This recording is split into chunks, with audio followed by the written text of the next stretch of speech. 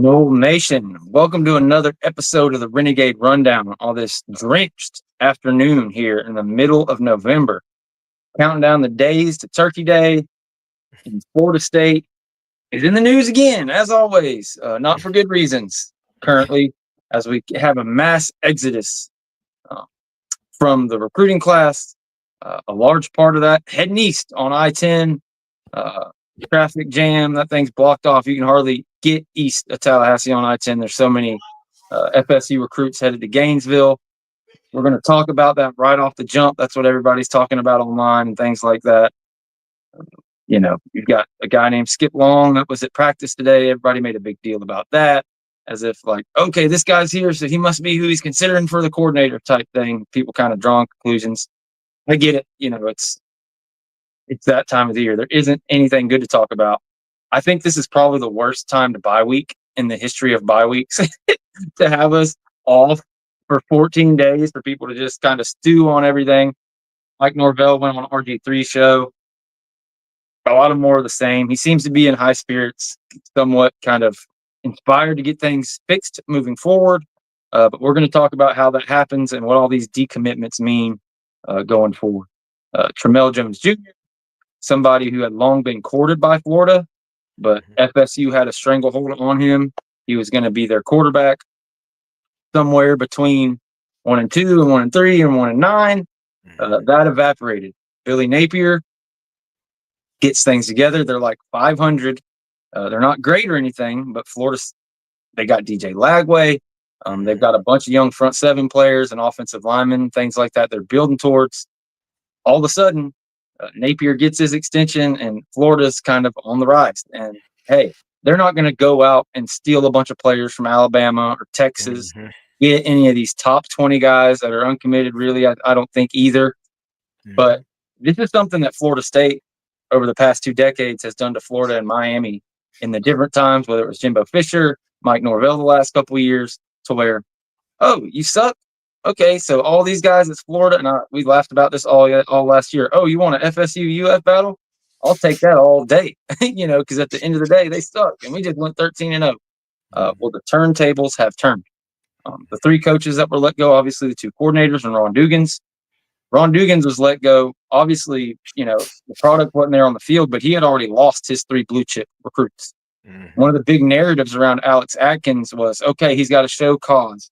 He doesn't even call plays. He's the offensive coordinator, kind of a name on him. So what do? He's got 3 blue chips and 1 3-star O-line commit. That's, even though he's a 3-star, he's, a top 40 tackle in the nation, which is, there's not many tackles. In Danielle Pierre-Lewis, one of the latest decommitments, flips to Florida. Well, they ended up letting him go. Okay. Mike Norvell made the decision that regardless of what we got in the recruitment class, it hasn't been there. It was him that evaluated this thing. Atkins pretty much came out in a press conference to say, hey, I evaluated it. I'm going to have to go back to the drawing board. So he made the move. We're not surprised. I know most people out there aren't surprised, but there's a lot of people out there that are really upset and kind of surprised about the decommitments of these offensive linemen, quarterback, etc. It's not good, guys. I'm not here to say, yeah, what? They left. I can't remember the guy's name. We did get a kicker to commit. I believe we flipped a kicker from USF. So that's pretty good with Ryan Fitzgerald headed out the door. But guys, this is what we've been calling for all year. Like, we had to clean house on the staff. Okay.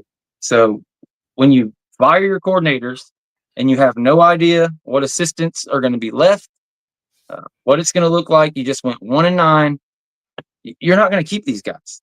Especially guys like a Solomon Thomas, who has been absolutely harassed. And I mean harassed by the beat since the day he committed, if he was going to decommit. When we were good, when we were 13-1, riding all this way. So yeah, what do you think is going to happen now that everything falls apart? I don't want to say don't follow recruiting, because it's important and you need to follow recruiting. But when it comes down to this class, 2025 class, guys, the signing date is like 2 weeks out. I mean, if I had a kid that's a blue chip recruit, I couldn't in good faith send him to Florida State right now. Like, maybe after they hire your coordinators, you can figure some things out. So that's where I'm at on it. I'm going to turn it over to Sean, but But yeah, guys, let us get our coordinators in here. Let's see, can they get a couple guys in the high school class? Maybe. But what's really important, what's going to turn the needle, move the needle for this team, get it back to where it's going to be, the coaches they bring in, along with Norvell and the staff, is going to have to hammer the portal. We're going to have to bring in 50 plus kids between high school and portal. And the large majority of those are going to be portal guys. You need them to come in, because any of the commits you're going to get are going to be a Daniel Pierre-Lewis or the Desir twins, which great. Maybe they come in and develop, but they're not going to compete for you next year. Maybe the Desir twins too. I love those guys' attitude, and they've made like comments like, we're going to show people, we're going to make an impact in year one. But the guys, the Jeremiah Smiths, those guys aren't on the table for us until we get a staff in here. So yeah, first thoughts on all the decommitments, and you can get into specifics if you want to start with any particular person or whatever, and we can get after it. Well, speaking to the decommitments overall, I mean, it's part of the process. When you fire or coordinators leave any program, you're going to have some kind of transition. This is basically a transition class now. Excuse me. The way I see it is, in particular, the offensive line in a situation where Atkins, a lot of those guys are flipping because of certain little rumors flirting around that I won't speak on right now. We'll speak offline if you didn't know. But as far as them going to Gainesville and the why, a lot of those guys are flipping that way. But just to speak to the transition class and what we're facing now, is exactly what you said, man. We're in a situation where no high school kid is going to fix the situation we're in, and nothing's going to get fixed until you get complete the staff. Rumors have have floated around that the staff has already been chosen for certain positions. Certain the coordinator positions have already been accepted, and you have to wait to the end of the season. But as we got 2 weeks, so we'll know in 2 weeks where we're at. The urgency of getting the staff together, getting who needs to be here and who needs to be gone, and then you got to try to probably string out some recruits that get them to push their commitment date back. That's the first thing. And hammer the portal, like you said. That T word might need to fall in when it comes to the portal situation. You might need to do a little T in too. I don't want to say it out loud, but you know what I mean. Get some guys in the portal that no one expected to Shit. go It to the took me a portal. second. Yeah, I'm picking up what yeah. you're putting down. Man. You might need to, yeah, With them. Shit. yeah. I You don't might get it. have to. You might have to throw that out there. Get some guys. It's some things I can say that some things are moving. Not from necessarily, I don't know anything, but just heard secondhand here and there. There's things moving behind the scenes, but nothing's ever solid until it is, and until pen to pad. But going forward with the recruiting, that's how I look at the recruiting situation now. We're going to lose the kids. And then the Jeremiah Smith level guys, we weren't going to get them with this kind of coaching staff that we had anyway. So it's better to go ahead and take your lumps. You're going to take the lumps anyway. So take it now and try to build to get 26's class together. That's the best you can do. Hold what you can here, get what you can in this class, overhaul with the portal, and then fix your eyes on 26 and 27. That's the best thing you can do. Yeah. Mass exodus. That's what I named this thing. And what's fresh on everybody's mind is the recruits. Yeah, we're losing a ton of recruits. I think we're down to 8, or is it 9 since the kicker added on? Yeah. It is what it is. But the portal, SMU, and you can name so many teams. There are tons of teams, Colorado, Arizona State, that have brought in crazy amounts of portal guys with little to no success in high school recruiting and turn things around. Is that a formula for making a great program? No. But that is a formula to get it turned around where you can put a somewhat decent product on the field, win a bowl game, and then use those recruiters you get in to build up that 26 class. That 26 class, if everything is ever going to get right, has to be legitimate. It has to be a badass class.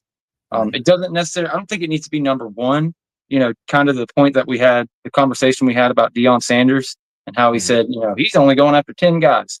Maybe that's a bit hyperbole, but no, you need to have 10, 12 guys in that class that you think are legit studs, program changers, guys that are going to come in and impact the game as a true freshman. And it doesn't matter, what you have to do to get them. But The biggest thing is the philosophy change in recruiting. And this is what scares me. This is what scares me about all the interviews Mike Norvell does, all the things we've seen. And this year is maybe a little bit, it gets scoffed at by former players and stuff. You see the media portions of practice. That damn cat and mouse drill has been the same exact drill we've watched since Norvell got here. And they're still running it the same exact way, and it's just getting worse and worse. Like, I'm not saying, like, maybe that there's nothing to do with it, but, like, there's something to be said about switching things up, like doing something different. Just put somebody in a different situation. I don't know what the answer is. I don't know if the different coordinators coming in does that, but yeah, it's a really, really scary proposition. I'm to the point now where I think there's a world where you could lose to Charleston Southern and Mike Norvell gets run off. And whatever these plans are, these rumors of, offensive coordinator or wide receiver coach, as Deshaun alluded to, until the pen is on paper, none of that means shit. So I don't really get too much. We don't do too much of that on this show because it's like, a coach could be telling Mike Norvell, yeah, I'm your guy. I'm coming to be OC.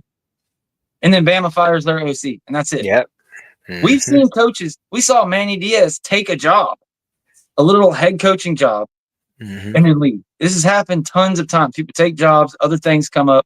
So until these guys are available, they're literally out in the open with the communication, signing a contract. I'm not going to hold, my breath on any of that stuff. But I just hope that whoever they bring in is a change agent that can really look at changing things up. I hope Mike Norvell is really open to change, because without change, I just don't see how this ship gets righted. Let's see here. What's top of your mind as far as, like, kind of with all the coaching rumors and things like that? Have you settled in on a particular person, that you like, or anything we haven't really got to as far as where they're at with it? No, I have 2 on offense and 1 or 2 on defense that I'm interested in. One of them I've been very publicly on the OC side. The other one is Craddock from Tulane. I don't have too many issues with him. I'm not a big fan of Chip Long as the OC. Now, if he's actually taking a position as a tight end coach or an analyst or something, yeah, bring him on. Hell yeah. I don't like his track record as an OC. It's not bad, but it's some flaws there. DC, I throw the names out there. It's either Nicholson or I like the guy at Hampton, Chris Hampton at Oregon. I like him also. Those are the only names that I really would throw out there that I personally like, But to speak to something that you did speak on, George, when you was talking about change agent, it doesn't matter who we bring in here if the change agent isn't the head man. He has to look himself in the mirror, like you said it. Look at some self-evaluation and reflection here. Does he want to play it safe and keep bringing in guys that relationships matter, but you may need a drastic change in certain areas, and get a couple of guys in here that are some fresh blood that don't necessarily come from your tree or come from, but coaches traditionally don't do that. They play it safe and come with guys that are, they have some familiarity with or some kind of connection to. It's like, for example, I threw Chris Hampton's name out there. He comes under Dan Lanning. Dan Lanning has a connection to Mike. You see what I'm saying? For example, Marion at UNLV and Craddock at Tulane have crossed paths. Chip Long crossed paths with Mike at one point. Derek Nicholson, his ties to FSU. He's an alum. You see what I'm saying? But he doesn't have any ties to Mike. But I think that DC coordinator position, you have to knock that out, because he's an offensive guy as a coach, and you need a guy on that side that can run that side of the ball and run it efficiently and knows what it's supposed to look like in the top 5 level, upper echelons. You also need a recruiter there. You didn't have a recruiter at that position in your prior staff, just like you had a okay recruiter on your offensive side, solid recruiter, but your defensive coordinator wasn't a solid recruiter. So Mike has to make a lot of decisions there, and it starts with him first. If the rumors are true about a lot of lazy mindsets when it came to recruiting, then he needs to do a 180 in himself, and look at himself in the mirror and say, at this program, the shit you were doing to get away with years ago, you skated by. You were able to get things turned around with the portal, but you weren't able to, as we find out the hard way, sustain it long term because of a combination of things between development and high level recruiting. You recruited good kids, but you didn't recruit the high guys that would change the pro. You didn't recruit enough programs. You didn't get them to sign. You did recruit them, you just didn't get them to sign. So that's the difference. I'm like, it starts with a guy who's on the Heisman board. You know, right now, you couldn't get him to sign. You lose last year, you lose Bolden to Georgia. He playing as a freshman. Kedrick Falk at Auburn. He's playing at Auburn. You see what I'm saying? As freshmen and sophomores, they're playing. Those kind of program changes you haven't been able to lock down consistently. And that's been the actually combined with development, been the biggest problem. Yeah, you got to fix that. And it's hard to just throw away the 25 class. I know people get excited for early signing day and things of that nature. It's just, guys, it's going to be tough. How are you going to salvage it? I don't know. Like you said, maybe you can get a couple guys on the actual late signing day that you can get to delay, but those are going to be few and far between. It's all about putting a staff together and saying, okay, you know, we're going to get these guys out of the portal, this and that, but you guys in 2026, y'all are going to be the foundation for rebuilding Florida State, like Jimbo Fisher did with his 2011 class, you know, back in the day. That was just out of this world, 30 guys, but, you know, 15 of them ended up being starters on a national championship and things like that. Exactly. So you can get that in, but, you know, you've got to get guys in here with a different philosophy. They got to change their philosophy on recruiting, which is, it's tough. And, you know, watching this football season, and I've been the biggest proponent, Norvell ain't on the hot seat no matter how bad it goes. Well, it just kept getting worse and getting worse. Everybody here has heard me voice my concerns. My biggest concerns is like, how do you get to 1-4 and you still trot the same game plan out every week? Mm-hmm. Like, just because you schemed it open and the wide receiver's open, obviously we can't get him the damn ball. Mm-hmm. So, like, how come it took 10 weeks to make Lawrence Toafili running back one and do away with the tailback bullshit? Exactly. There's so many things that it seems like he just totally believes in, just like the playoff last year. We're going to be undefeated. We don't need style points, yada, yada. Well, that backfired. So you say maybe that shook his faith, whatever, but it's at what point? And I think I hit on a good part of this. One of the parts, a little part of the RG3 conversation, I heard him say, look, if you go and look at this year, every drive we have an explosive play on, we go down and score. Okay, I didn't go to check that, but thinking back, you know, the Luke run, the big Toafili run, most of the time, yeah, if we do just break a big play, they score most of the time. Mm-hmm. And that's his offense. It's an offense built for playmakers. Mm-hmm. But, and this is my biggest gripe all year, you got a guy averaging 4 or 5 yards a carry the entire year. Like, at what point do you look at your team and realize, oh, well, this just isn't a big play team. We've got to adjust. We're going to have to be a running team. We're going to have to do this. We're going to have to do that. So that's my biggest fear. I have no doubt that Mike Norvell can evaluate talent. I mean, you just look at Lanning and you look at what our guy Dillingham is doing at ASU. Mm-hmm. It's crazy how we got here, whether it was keeping people over on the staff or just, it seems like, obviously it was the worst timing in history to hire Norvell during COVID. Like, I think him and Lane Kiffin are the only two coaches left, and maybe even Kiffin was 21. Yeah. But like pretty much everybody that started jobs in that time period, it blew up. They're gone. Okay. But you can't continue to use that excuse. You can't use that excuse. But it is a fact that that's when he put his staff together. And it wasn't great. Like, it is what it is. They settled. And then you end up going this, doing that. And that's how you end up here. We are in year 5 with a bunch of guys who can't recruit.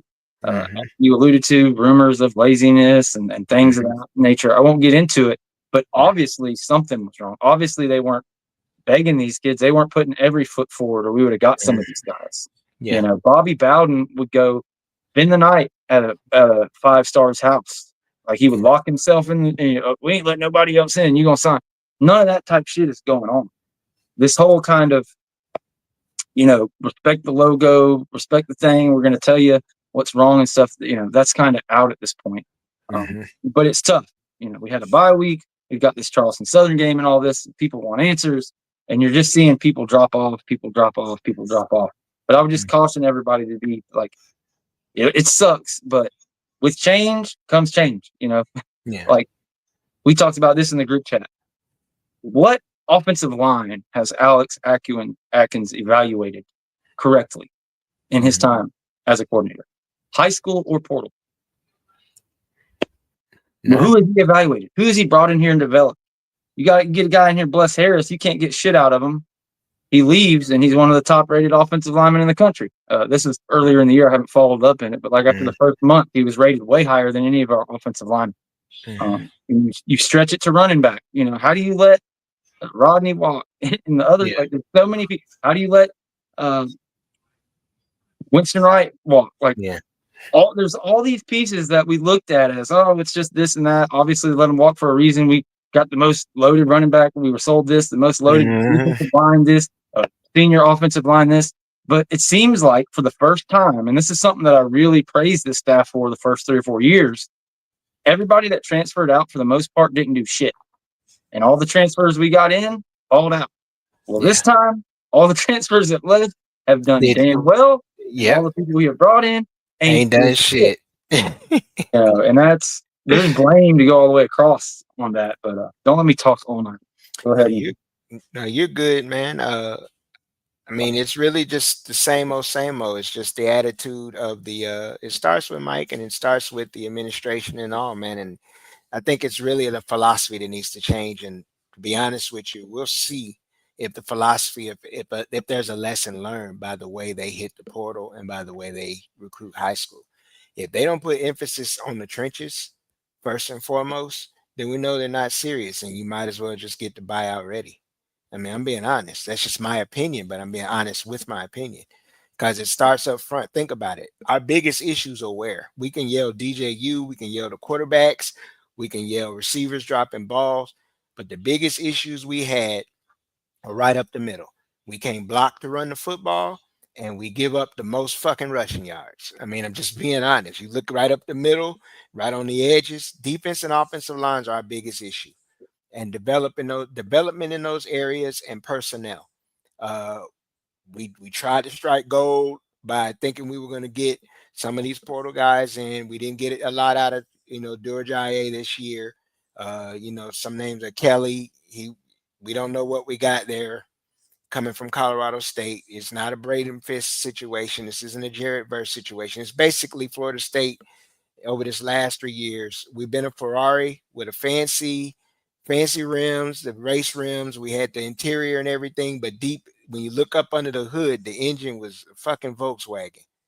And just be honest, and the interior and all that shiny stuff was Verse, was Fisk, was all those seniors that we had. Some of the Keon, Johnny, Trey, that was all of those players. Tatum, D'Lo, that was the fancy and beautiful things that was able to run. But once the interior and everything broke down, man, you saw what was under the hood.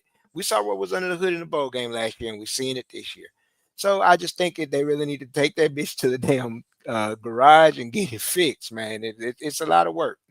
There was desperation coming out of 2020 and 2021. There was desperation in that 22 portal class. There was desperation to build upon it, to get all these people. The battles then came up between 22 and 23. That allowed us to retain Verse, Vincent, Wilson, all these different guys to make that run. You go do the same thing in 2023. And this is my take and my biggest deal. There wasn't that need this year because, to your point, it was a Volkswagen, but this staff thought it was a McLaren. They did not go out. They weren't going to pay for, Kyle Kennard and all these different guys, so many different people that they let walk that we know they had chances with, running backs, wide receivers, linebackers, the whole 9 yards. And, I was fine with a lot of the young guys that they got, young guys from Alabama and stuff, but those are more like a high school type recruit. But you didn't get guys that come in and play. People, the portal news hangs around FSU's neck, what everybody talks about. But when you look at this particular team, they tried to go towards it. It's 80% high school players on this team. That's who makes up this team. The problem is they just misevaluated them. Somebody was asking me on Twitter, they were talking about basically it has to be all this is solely on Norvell. Like, no, nothing's ever solely on anybody when you have a big, a giant organization like this. Now, does the responsibility ultimately fall on him and then you could pass it up the chain to Michael Alford? Yes. But Yes. there's a lot of delegation that goes on. He was let down by evaluations. Atkins said it out loud. Dugans didn't have to say it. Like, in order to go recruit a guy, to bring a guy in, to have a guy to plan to be a part of your offense, like, they just got lacking. They thought they had one thing and they had, it was another one. So you got to get fresh eyeballs in here. You got to get somebody in here who's going to look You're at it right. different. And to the philosophy, again, to get back to the philosophy. If he wants to keep his philosophy on offense, that's fine. I've seen that you're able to get yards and things of that nature, but the recruiting philosophy, it's got to fucking change. Does it not, Tiny Hat? Yes, it does.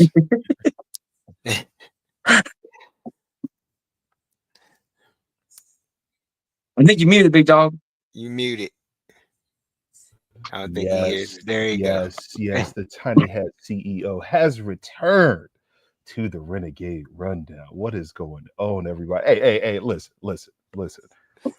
I don't want to hear none of this shit, all right? We ain't got no damn Volkswagen up underneath our damn engine. Ain't no Volkswagen. It's a damn 81 Miata. That's what we got out here. All right? This ain't no damn Volkswagen. Shit, Hey, Volkswagen, that motor's in the trunk, dog. It's man, like this one of them old Herbie Love Bug Beetles that we got out here, bro. They out here lying to us. They sold us a limit. You know who we are? You know who Mike Norvell was with this season? He was Bernie Mac in the original Transformers movie. Remember when Shia LaBeouf pops took him to go get a car, and he was like, you can have whatever you want, baby. And then the car turned out to blow everything up over there. That's what this shit was, bro. This is a waste. There ain't no damn evaluating.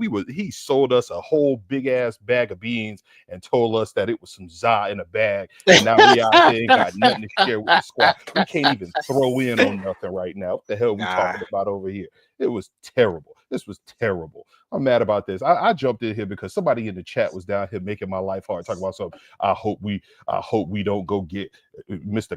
Castanets, like he out here clipping his fingers together, dancing in a damn mariachi band from Boston College. I tell you this right now, we go get Castellanos from BC.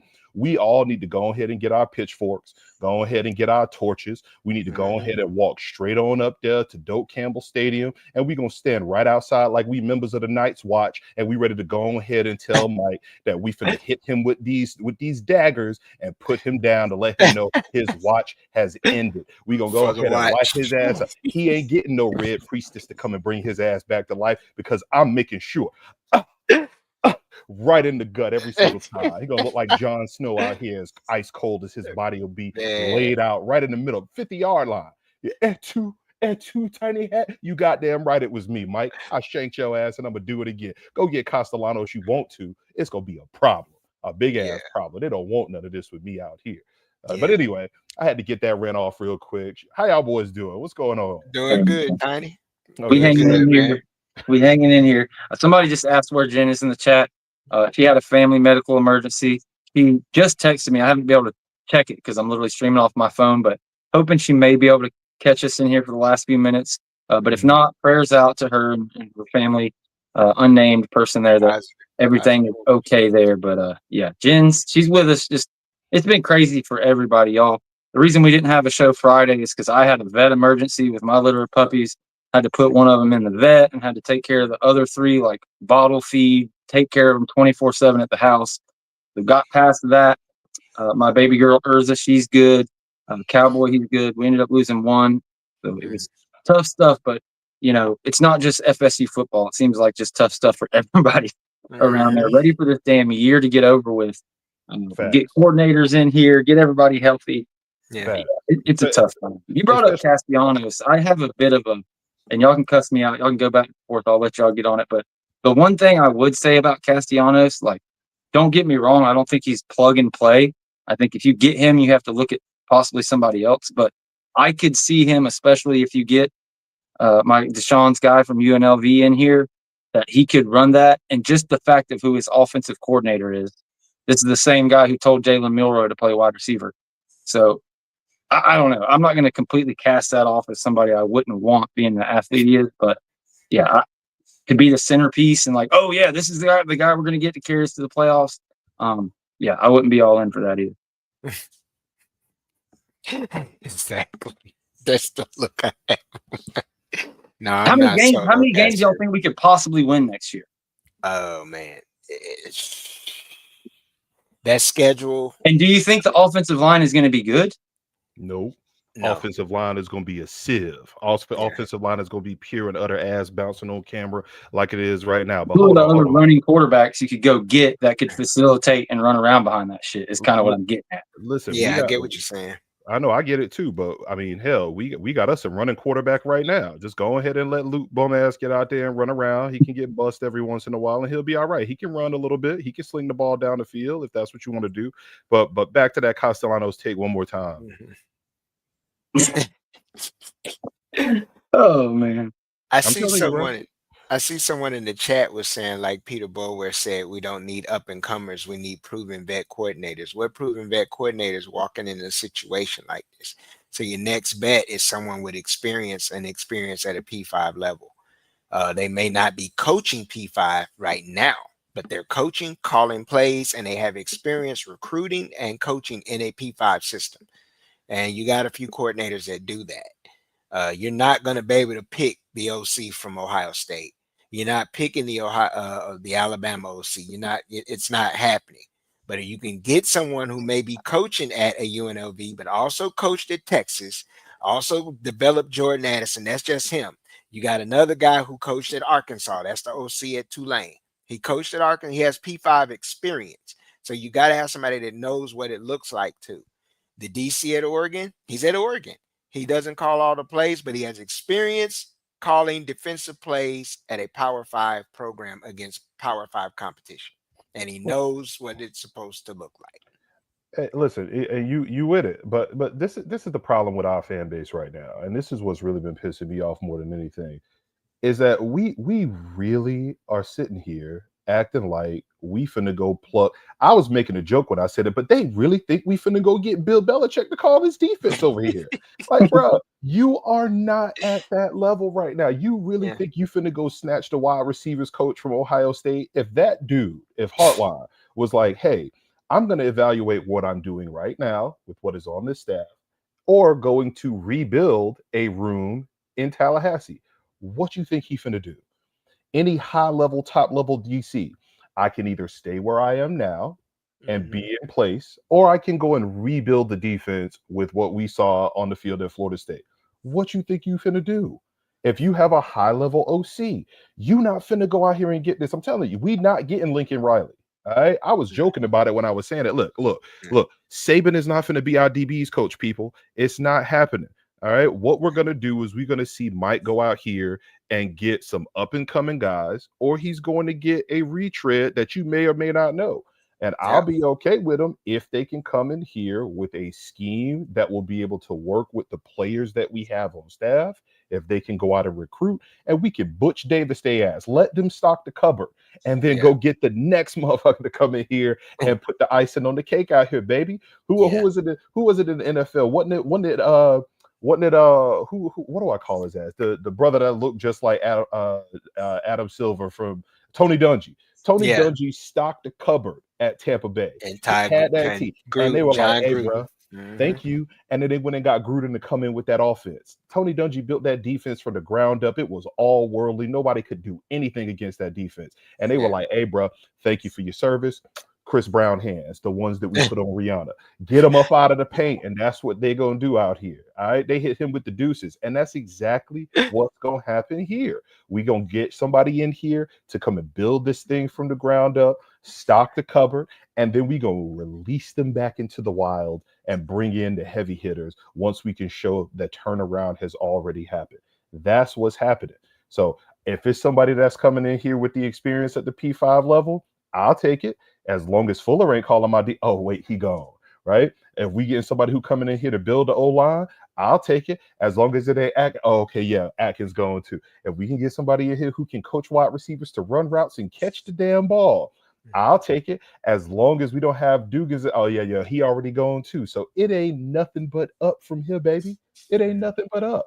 So I want to see what they gonna do when they stock this cupboard. Who you bringing in here to do the grocery shopping, as Bill Parcells said? All right. I want to see who getting the groceries. Are you finna be in the middle aisles where we gonna have a whole bunch of cans and we gonna bust them shits open to see if it's on point? Or are you going to go out here on the sides of the actual grocery store and get me some quality, high fiber, all natural talent to stock up to make this beautiful bouillabaisse that we gonna have out here? I need somebody that can make a roux, goddammit. I need somebody who can come in here and make baked macaroni and cheese properly. I want good noodles. I want 5 cheeses. I want somebody who's gonna be able to make the cheese sauce properly and then put it in the oven so that it can bake, so that you get that broiled cheese on the top, baby. I want somebody who's gonna make Thanksgiving dinner, not somebody who finna experiment with some nonsense they saw on TikTok.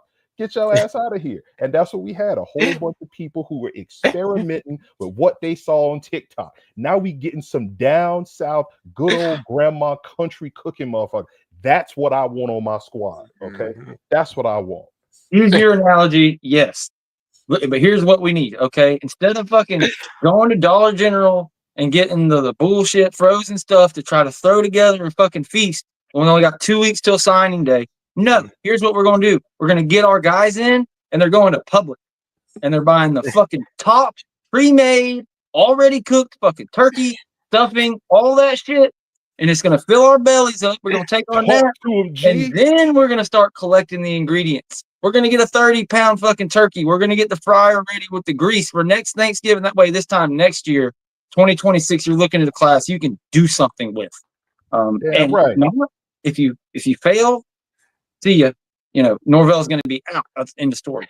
Hey, if you let me get William Milligan dropped a $3 super chat. God dang it, we're still Florida State. Don't want to forget that. Appreciate you, Will.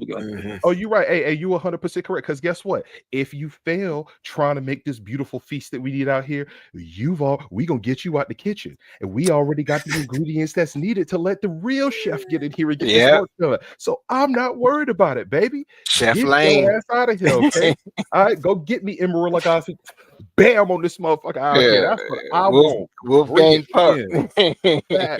Facts. I want a Gordon Ramsay at the top to be like, hey, is this what we serving to our people out here? Exactly. Get out of here. Get out of here. That's what I'm not worried about it. See, give me the Iron Chef, bitch. Exactly. Go get me Morimoto out here. All right. Go get me the little white boy. Look like his name Opie. Look like he hang out with Dabo Sweeney all the time. What's his name? Bobby Flay. Go get me Bobby Flay. God damn. We fucking around. We got Guy Fieri dyeing his hair. Yes, dry hamburgers and shit. We need some 5-star chefs up in this bitch. Yeah. See, shop at Whole Foods, goddamn it, shit. Right. and I say all of that because I was reading the comments, and this is exactly why I said what I said. Because Yanni back here, and I see you Yanni or Yanni, however the hell you pronounce your name, like you play the flute for a living. He said, I don't know if you've covered this, but what's your opinion on the Norvell RG3 interview? A lot of coach speak and delusion, in my opinion, because how can he say players give their all every game and it can't be true? This is exactly what I'm talking about. Mike can sit here and give you all the coach speak that he won't. He can sit here and try to take accountability for how terrible this was out here. I'm not going to knock you for it. That's what he's supposed to do. But he know.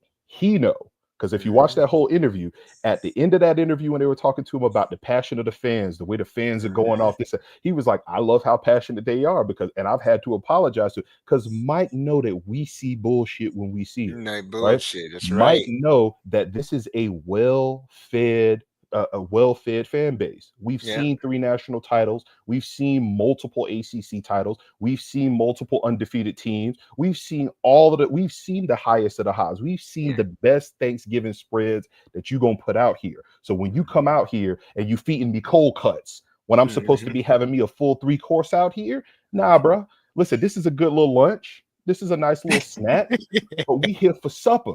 I'm from the South. We here for supper. Where my meal at? All right. When I come out of these fields, I'm not trying to come back over here and get me a chicken salad sandwich. All right. You went and got you a whole bunch of scraps and put it together to try to make me a meal. That's not what I'm here for, baby. I'm here for the good old fashioned grandma. Come on in here, baby. Your mama ain't fed you all day. Get in here and let me go ahead and throw something together for you. And she in the kitchen for 8 hours. All right. That's what I need. I don't need what he talking about. So he already know we on his ass. He know we on his ass, and we know it. So now that he knows that we see it and he don't notice, he ain't got no choice but to get it right. And if he don't get it right, stock my cupboard with these ingredients and let me get a real chef in here to do work. Yep. All right, let me get a real chef in here to do work. Yeah. Guys, another part of this, and we'll kind of segue. We can talk about FSU and our failings all year long, but with the college football playoff, Big 12, Big 10, how they're getting looked at, the ACC, how it's getting looked at. These court dates have already been pushed past March. You know, with Discovery and the different appeals are going to go well past that. North Carolina and the appeals that are already in effect in Florida for the different judgments. This thing's going well past February 5th or February 1st. But when you look around the country at the numbers, what Big 12 is, they just had to sign a contract at ESPN licensed like 13 of their games to TNT because there's no room to put them on. They got to put these SEC teams on. When you look at, okay, well, what's Mike Norvell, what's Mike Alford thinking? Are they going to go cheap or are they going to try and get these young? I just don't see how that could enter your mind when you've got $500 million tied up into improving your facility and moving into a different conference. Okay. You have to go get the absolute best you can at every level to try to compete. And say you get in exactly who you want, whether it's a UNLV coach or I get my way and we get a Dan Mullen over there at OC, something like that. If you can do that, if February 1st you find out, FSU is free, they're leaving the ACC, or this is there's all these things that can give you a big boost. Get some momentum going. But as it stands, you're 1-9 and you're trying to still come in and be in the ACC. One of 17 teams to get in the playoffs. That's your chance. If FSU, that's a tough freaking sell. When you got people like Josh Pate, I think it was, that said, I think the 7th best team is better than the Big 12 champion. Yeah. What does that tell you? They think there's 7 teams in the SEC, and they might be right as far as the Big 12. I think that's like a G5 conference. All know my opinion there. But the ACC's in the same damn boat because we added all these extra teams. Like, on what planet, if you're ESPN and you're sitting there, okay, we got 7 teams, like, how could you even pay a fraction of that to the ACC? So, it's shitty timing with the coaching staffs and all. I don't want to make this prediction, and we've kind of talked about it, but worst case scenario, he doesn't get it together. We're terrible next year. It just keeps getting worse. It is what it is. It wouldn't be the worst time to clean house and get a new head coach. It's tough, but we'll see where it all lands. I mean, I watched the selection show myself, and they pretty much said what we Florida State fans said to everybody last year. All they're going to do is expand this thing out so that more SEC and Big Ten schools can get have the ability to be happy at the end of the season. And that's what it's shaping up to be. The ACC, on the graphic, it had Miami as the ACC champ. It said first team out, SMU, or the second team out, SMU. Right? And they have 4 SEC squads. They have 4 Big Ten squads. They had 1 Big 12 squad. They had Notre Dame, and they had the highest G5, which was Boise.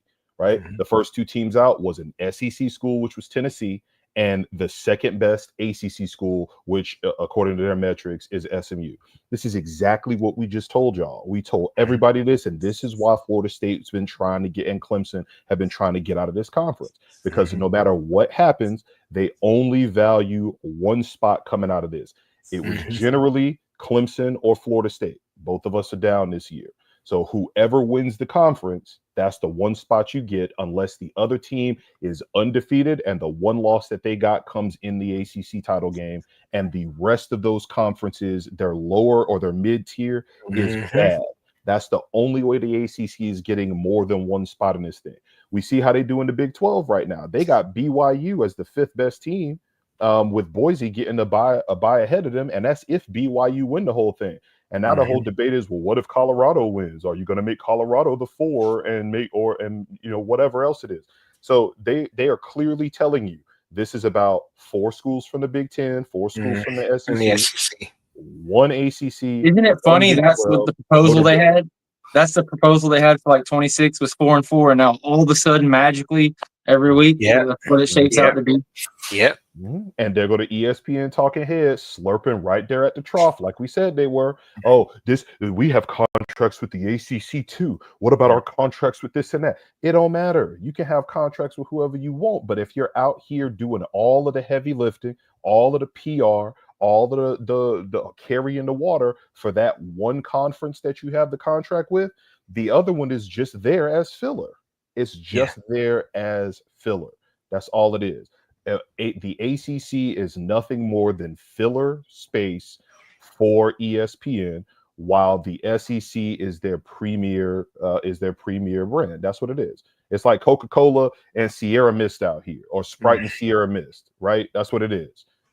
Everybody knows Sprite. Everybody knows Sprite. But who really out here picking a Sierra Mist if you could get you a Sprite? Nobody. Who out here drinking Coca-Cola? You gonna drink a Coca-Cola? You gonna go get you a Dr. What is it? What is it? A Dr. Thunder? Dr. Thunder, Dr. Wham. Right.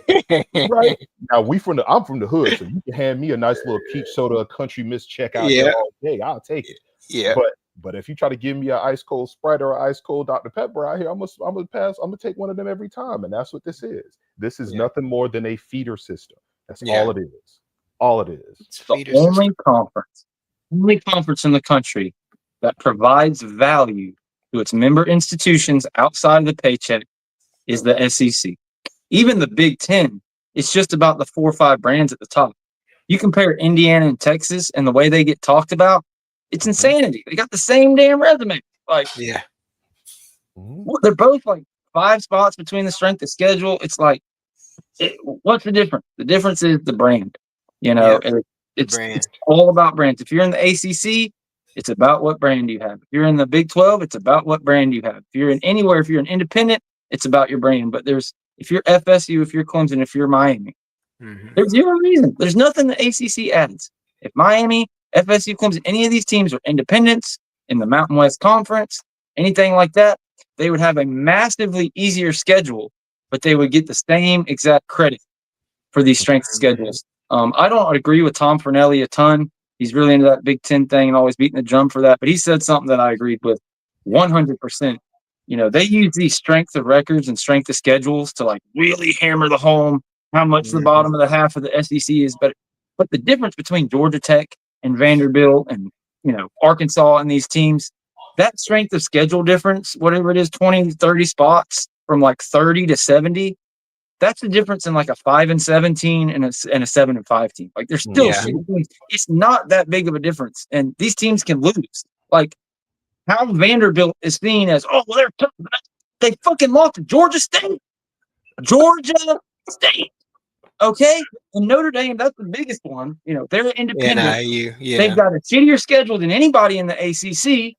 They placed like 5 of the shittiest ACC teams on their schedule, and yet they lost to Northern Illinois, but they get the leg up. They're way better than SMU somehow, even though they're the same exact fucking resume. And now SMU, they're ACC. They joined the quote-unquote power. They left this little fucking conference, and here we are. So it's just like, you know, it's time to wake up. You know, it is what it is. It's politics, it's brands, it's money, yada, yada. Conference don't mean shit no more. It's just about getting players and selling your brand and kind of running up scores, all this kind of sportsmanship and doing things the right way. It's out there. It's a business. Yeah, you got to go do what you got to do. Yeah, I agree with you. It's not. It ain't even politics. They're flat out telling you it's about where the eyeballs are coming from. Yeah, and the eyeballs are coming from the SEC schools. They're coming from the Big Ten schools. And they're coming from the premier brands in any of the other conferences outside of Colorado, because that's an aberration. That's a spectacle. If Deion wasn't there, nobody would give a damn about what Colorado's doing. Right. Exactly. So it's about the eyeballs. So that's all it is. So that's why they'll say, oh, Florida State, yeah, you move the needle. Clemson, you move the needle. Miami, you can move the needle if you want to. Right. That's all it is. Notre Dame has been pure trash for the longest. But the only reason Notre Dame is even getting all of that high is because all of the people who watch Notre Dame or still give a damn about Notre Dame, they still ain't dead yet. They still living in their damn nursing homes and staying in their houses with the people that's my age and younger sleeping in their fucking basement. They're the only ones watching NBC on a Saturday. Who the hell watching NBC on a Saturday? None of us. Ain't now one of us turned our TV to channel 6 and was like, let me see what's on NBC on a Saturday. No, we going to CBS, we going to Fox, we going to ABC, ESPN. Ain't nobody turning on NBC to watch nothing there ever, except them old ass people who will not die that still have Notre Dame held in such high regard. I don't know anybody under the age of 40 that give a damn what Notre Dame is doing, right? But they still get the benefit of the doubt on this stuff. And that's all. Motherfuckers trying to tell us without FSU and Clemson in the ACC, they still get the same money. Right. No, right. They wouldn't. No, right. They wouldn't. And now you sit here watching it in real time that they're saying you're only getting one. And and the only way you would be able to even come close to getting two is if Clemson was still undefeated and they were potentially going to play Miami in the ACC title game. That's what they're telling you. Or Florida State was undefeated and they were potentially going to play Miami or whoever else for the ACC title game. That's the only way you get into is if Miami was doing what they're doing this year and Florida State or Clemson were undefeated or only had one loss and they played. That's the only way you were getting to. Go ahead. No, I was just saying the irony of it is you look at the brands that we mentioned. There's only 4 brands that are not in the SEC or the Big Ten that move the needle. There's only 4. You already mentioned them: Miami, Clemson, Florida State, Notre Dame. Every other brand, and then coincide that with how many consistent multiple national championships have been won over the last 40 to 50 years. Every one of those programs that have consistently won national championships in the last 50 years are already in the SEC or the Big Ten, outside of Miami, Clemson, and Florida State. And then you can throw Notre Dame in there, even though they only won 1 in the last 50 years, I believe. Yeah, no, two. And here's a 1-by-1 comparison. Here's one that drove me nuts before I read the super chat. Okay.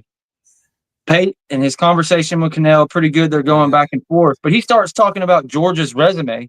Georgia with 2 fucking losses, and he's, oh, look at the great blowout win they have over Clemson week 1. They're totally different. Even though they got 2 losses, they should be top 10. They maybe be a top 5 team if they win out. Okay. I seem to remember last year, Florida State blowing out number 5 LSU to start the year, and they get 0 fucking credit, and they went undefeated. Yeah. Undefeated. But meanwhile, fucking, what's the difference? Is Clemson better than LSU was last year? No. This year? They're basically the same team. They're basically the same team. This year's Clemson, I would say similar teams. This year's Clemson is similar to last year's LSU in a way. But exactly, I get what you're saying. It's like reverse. You give Georgia more credit to beating Clemson early in the season than you gave LSU last year, is basically what you're saying. But they're basically the same teams. Clemson and LSU's teams are similar. And Notre Dame can lose to NIU, and that don't matter either. And it don't matter. And it don't matter. Everybody let Miami lose to NIU. You wouldn't be having this conversation. No, they treated Miami might as well lost to them the way they treated the loss to Georgia Tech. If we're being honest, no trolling, just being honest. They treated Miami like they lost to FCS school, and they didn't. They just SMU lost to what's BYU? Are they number 5? Yeah, I mean, and it shows you. Fucking 5. He wasn't number 5 when you played him. What? Oh, but FSU didn't get credit for beating number 5 last year when they played them. It's like they just move their fucking side of it. It's just whatever works, you know. It's moving the goalposts. It's constantly moving the goalposts. Bait and switch. It's every time. I mean, look at how they try to. Everybody's known that Vanderbilt was you're just in the SEC so that you can collect this bread, and they need a whipping boy. And now they acting like Vanderbilt is some team that's just been dominant or in the middle of the pack for the last 30 years. When Vanderbilt ain't done a damn thing. Oh my God, Vanderbilt is a tough team. Exactly. They had to justify Alabama losing, and that Alabama should be out of it, basically based off that loss to Vanderbilt alone. Right.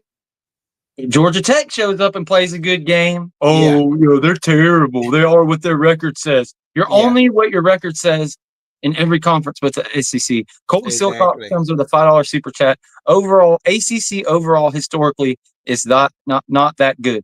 If a Pitt, a Wake Forest, Syracuse were all tough one-loss teams, they would be in. But those aren't historic ACC teams. Wake Forest is. But and this is my big thing.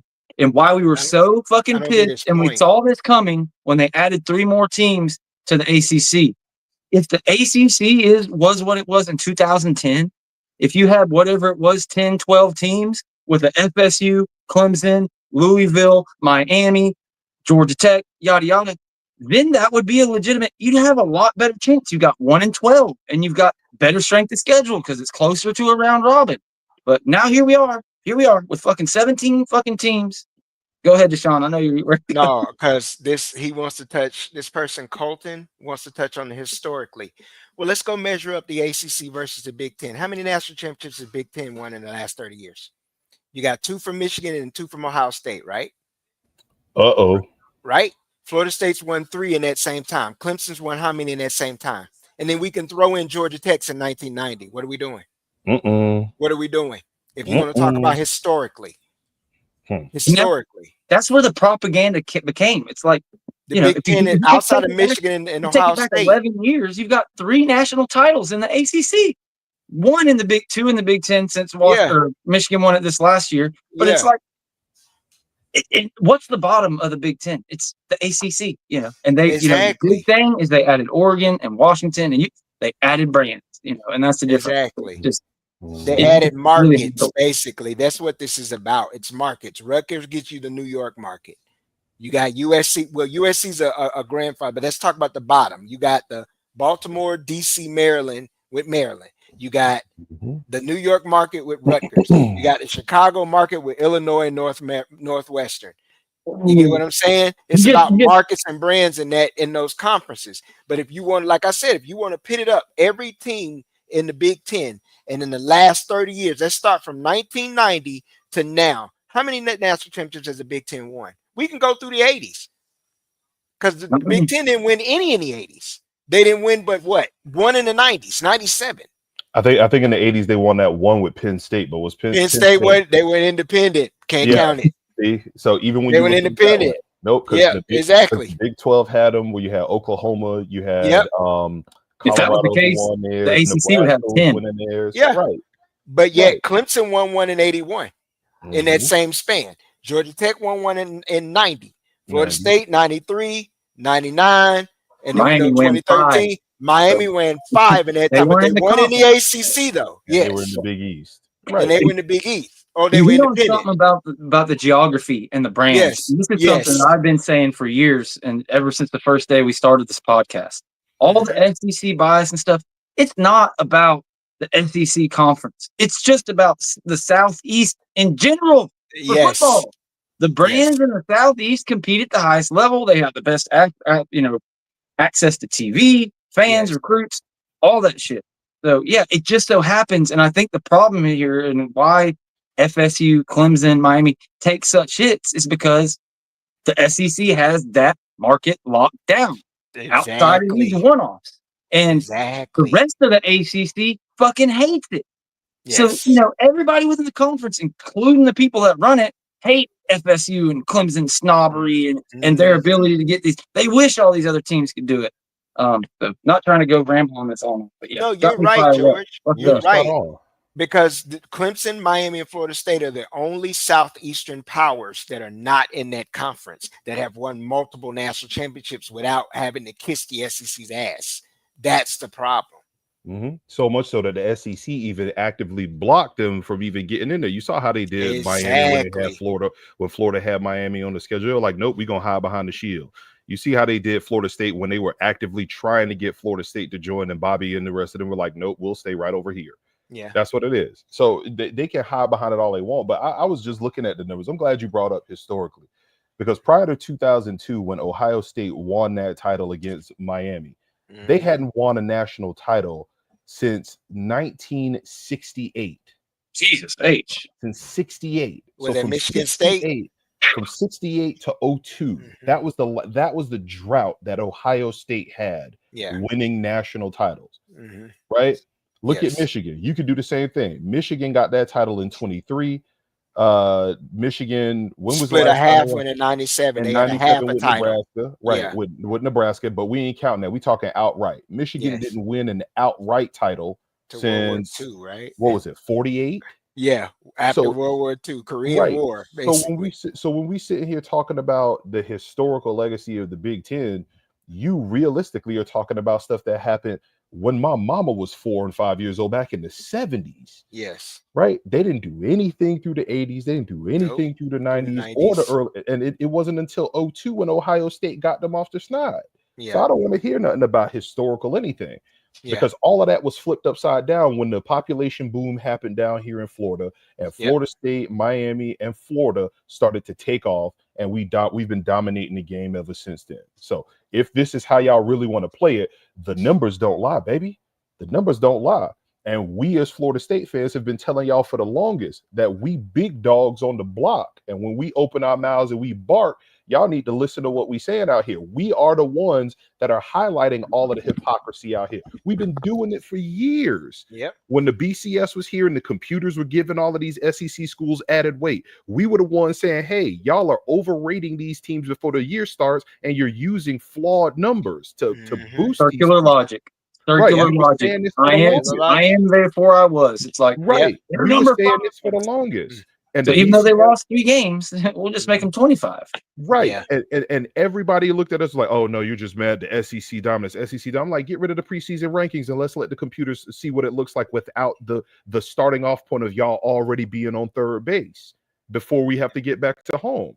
And they didn't do it. Then we come out with the next step with the playoff. And what do? They use the same flawed starting points to boost up teams, and you have the artificial rankings of not only the SEC, but now the Big Ten is getting it too, right? And we've seen that this entire time, and it takes aberrations and outliers for other squads to get the same type of recognition. So a Clemson has to go undefeated. A Florida State has to go undefeated for us to get the same type of respect that we're supposed to get. And they still disrespect it.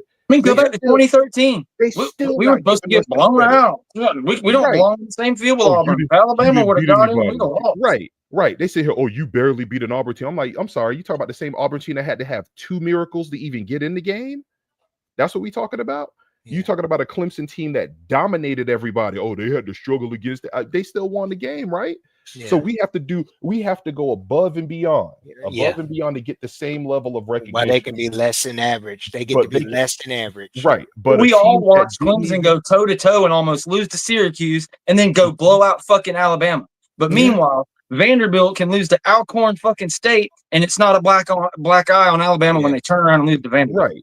We can watch an Alabama team that didn't even win their division. They didn't even win, not their conference. They didn't even win their division and get still into get the in. national title game.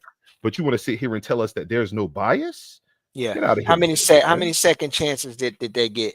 Alabama over the last 15 years. They had a lot of second and third chances to get in. Even they would walk in with a loss. And still get a second chance. Georgia, I think Georgia had one year too. But I mean, that's just typically how it is. You had LSU win a national championship with 3 losses, right? 1 year. Yeah. I will say it is pretty fun watching Miami fans and all the different SMU fans and everybody kind of sweating all this shit now after all the tail wagging and all that shit last year. Finger wagging, excuse me. Tail wagging. What the fuck is that? But, think about your dog. And it's like you see the ACC putting out graphics supporting SMU and what they're doing and stuff. Where was that energy last year? You were all laughing, all talking shit. But now the Rapids got the gun, so it is what it is. It's tough. I pray to God February gets here and FSU gets out, and the ACC has to look at what they're going to do with a conference minus FSU and hopefully Clemson as well. Because I'm here to tell you, it's fucking over with. What I said earlier, there's 7 teams in the SEC that are better than Big 12 or the SEC. Like, how much, if it's 4-1, if it's 4 playoff teams to 1 ACC team, how could ESPN ever pay more than a fraction to the ACC so that they get to the SEC? It's not going to happen. It's time to get out of here. Hold on. I see Base jeering over here saying, I'm not sweating it if we don't win the ACC over SMU, we don't deserve to be in the CFP. I mean, sure. I mean, y'all been fraud all season long. All right. You already have an L. Y'all been fraud all season long. So you right. But at the same time, if you would have done this, but you were in that conference or in that other conference up north, it wouldn't matter. It wouldn't have mattered. It would not matter. And that's the problem. Yeah. That's the problem. If you did what you're doing right now and you had an SEC logo on the front of your jersey, they'd be like, oh my God, Miami. Yeah. If you were in the Big Ten and you had that Big Ten logo on your jersey, Miami, like undefeated. they Oh my Will God. Smith. Right. Same thing. Because look at Indiana. They're like, oh, Indiana's top 5. Oh my God. Indiana, all they have to do is play. I literally heard them before I got on here. They said all Ohio Indiana State has tough. to do, they don't even have, they clearly said Indiana doesn't even have to win the game. They just have to make it competitive. And they're still in the playoff. So you openly acknowledge that they've played nobody all season long. But the one test that they have on the season, if they play the game competitively, I think Booger McFarland even said if they lose by 14 points, they're still in. So you can lose a game as Indiana playing nobody on your schedule with one of the weakest strength of schedules in the nation. But if you lose a game to Ohio State by 2 touchdowns, you are able to still get a spot in the playoff because you have that logo on the front of your jersey. And that's the problem. That's the problem. For me, getting that logo on the front of the jersey ain't even about just getting in the playoff. It's about the money. That extra 40, 50 million. Let's think about the situation that we find ourselves in. Yep. Look at the situation that we find ourselves in. It's sweatless. Pay the money. We fix that situation really quick because the money be there just off the TV alone revenue, the TV contract, not to mention the boosters, all that stuff. It would just be overflowing. Whatever goes to the battle's end is just extra. If you get that contract that the Big Ten or the SEC has at this point right now, think about the situation that we're in as a university and the football program. This is a whole different conversation we're all having right now. Because his ass would have been gone mid-season because it would have been very easy to pay that. That's all I'm saying. The performance expectation that is here at Florida State, we would be able to do. You've seen it. You saw it. You've seen it at Auburn. We've seen it at Florida. We've seen it at LSU. They want Brian Kelly going with his contract right now. And you know why they can do it?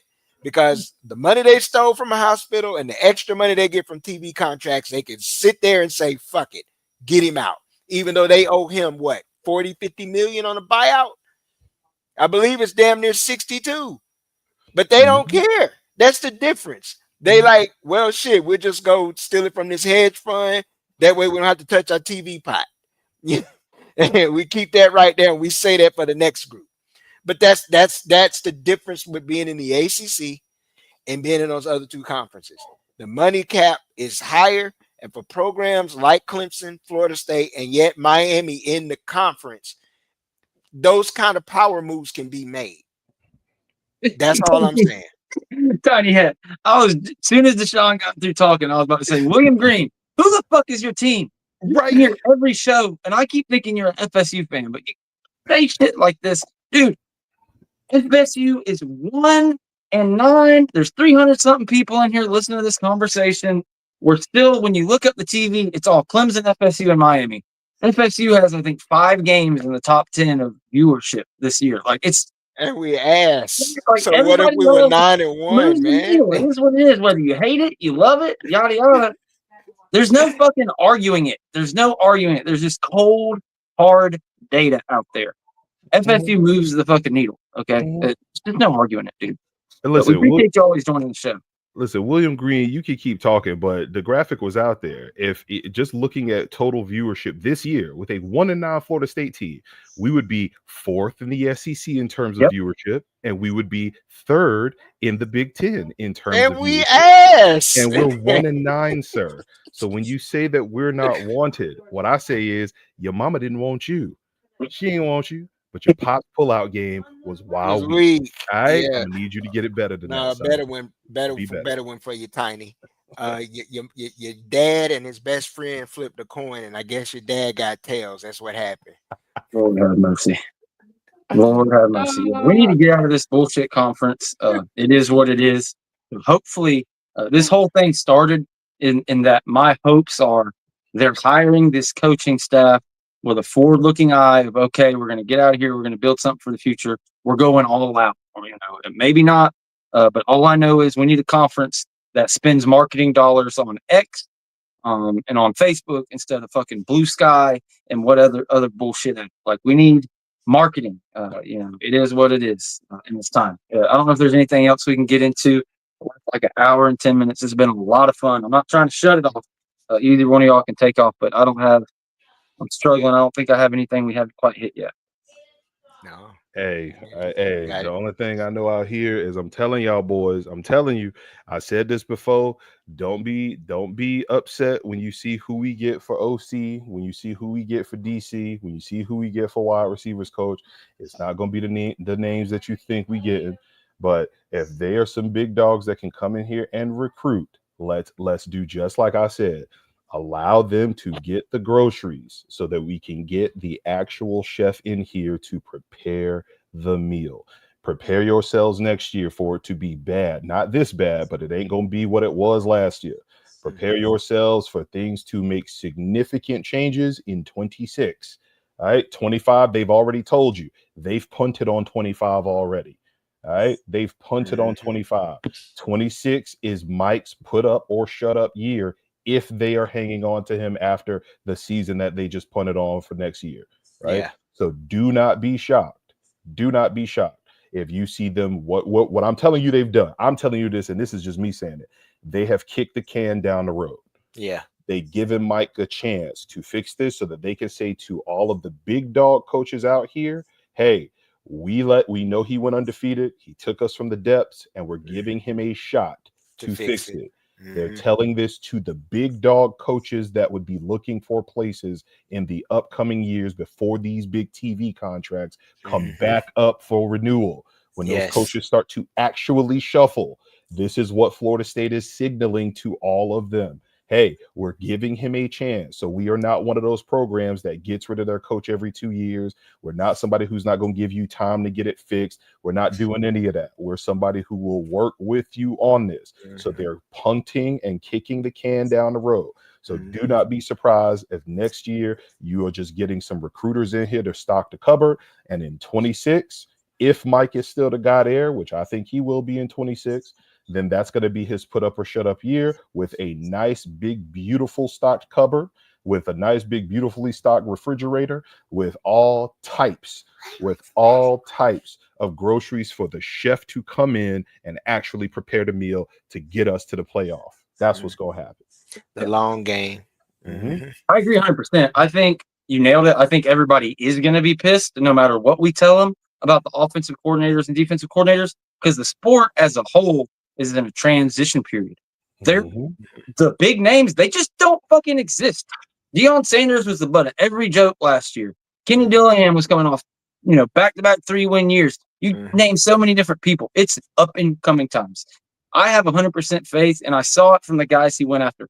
Norvell can evaluate and bring in good coaches. The problem is the first time he fucking missed on his first, second, and third choice. And we ended up with all these guys. It didn't work, and they didn't. You want to talk about exit interviews. It didn't happen. Everything was just glazed over, with portal and stuff. As hard as it is to admit, shit was hidden by Jordan Travis. Shit was hidden by Jared Verse. It's all clear. It's all known now.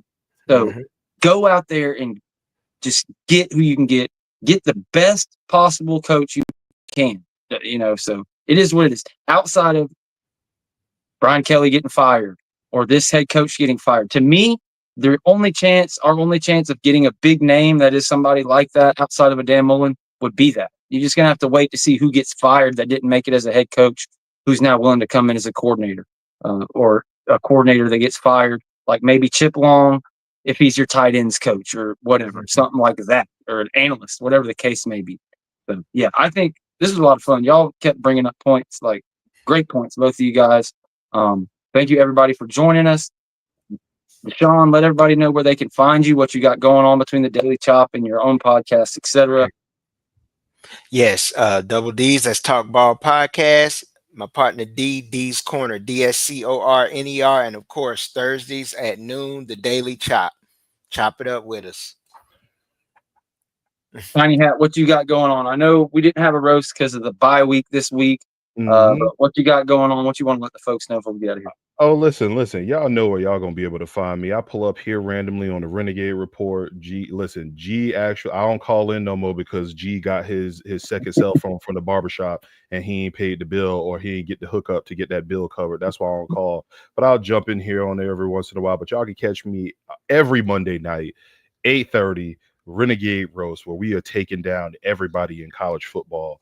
It's not just Florida State. This year is just a year where we've had to roast us more than anybody, but we roast everybody. So we come with all the smoke.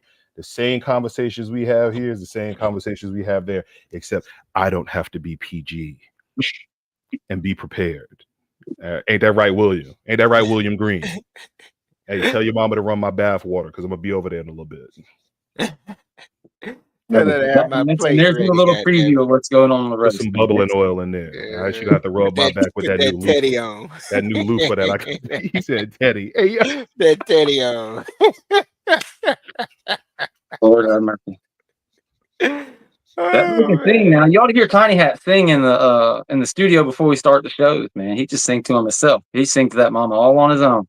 Yeah, I know. Yeah, William Green, because that's how I seduced his moms the other day. I was in there hitting her with all that Barry White. Telling me this. Telling me that. Bend that ass over. I'll give it a tap. She looked back at it and say, "Oh, you just keep." Let me quit before G get in trouble. Yeah, we're gonna get him censored, man. Right. It is what it is, man. This thing has, this season, it's tried all of us. We got to do what we got to do to have fun. And I had fun this episode. That's all that fucking matters. We hope the people in the chat had fun. Everybody watching on X, YouTube. If you can, please, on YouTube, hit like and subscribe. It's huge for us. Make sure you follow everybody on X. At Deshaun Adams 18 for Deshaun, at Ender Pope for Tiny Hat, at the Renegade Report for me. And yeah, we'll see you later. I know it's been kind of chintzy with the programming because of how shitty we are, because of the bye weeks, 3 bye weeks in one season, et cetera, et cetera. But again, with 2 weeks left of the season, coaching hires coming up, a giant portal class, 30, 40 guys that are about to get signed. February 1st coming down the line and looking at what our future is going to be, knowing that pretty damn soon, it's going to get crazy. We're going to be back to 3 times a week. I've got lining up some different things for guests and stuff. We're going to get back in the groove. But yeah, thank you everybody for joining us. And we'll see you, what's today? Tuesday. We'll see you Friday right here, live at 7 Eastern. Again, for the Renegade Rundown. Again, prayers out there to Jen's family. Hopefully everything's going great. And she'll be back with us Friday. Besides that, go Noles, baby. Go Noles.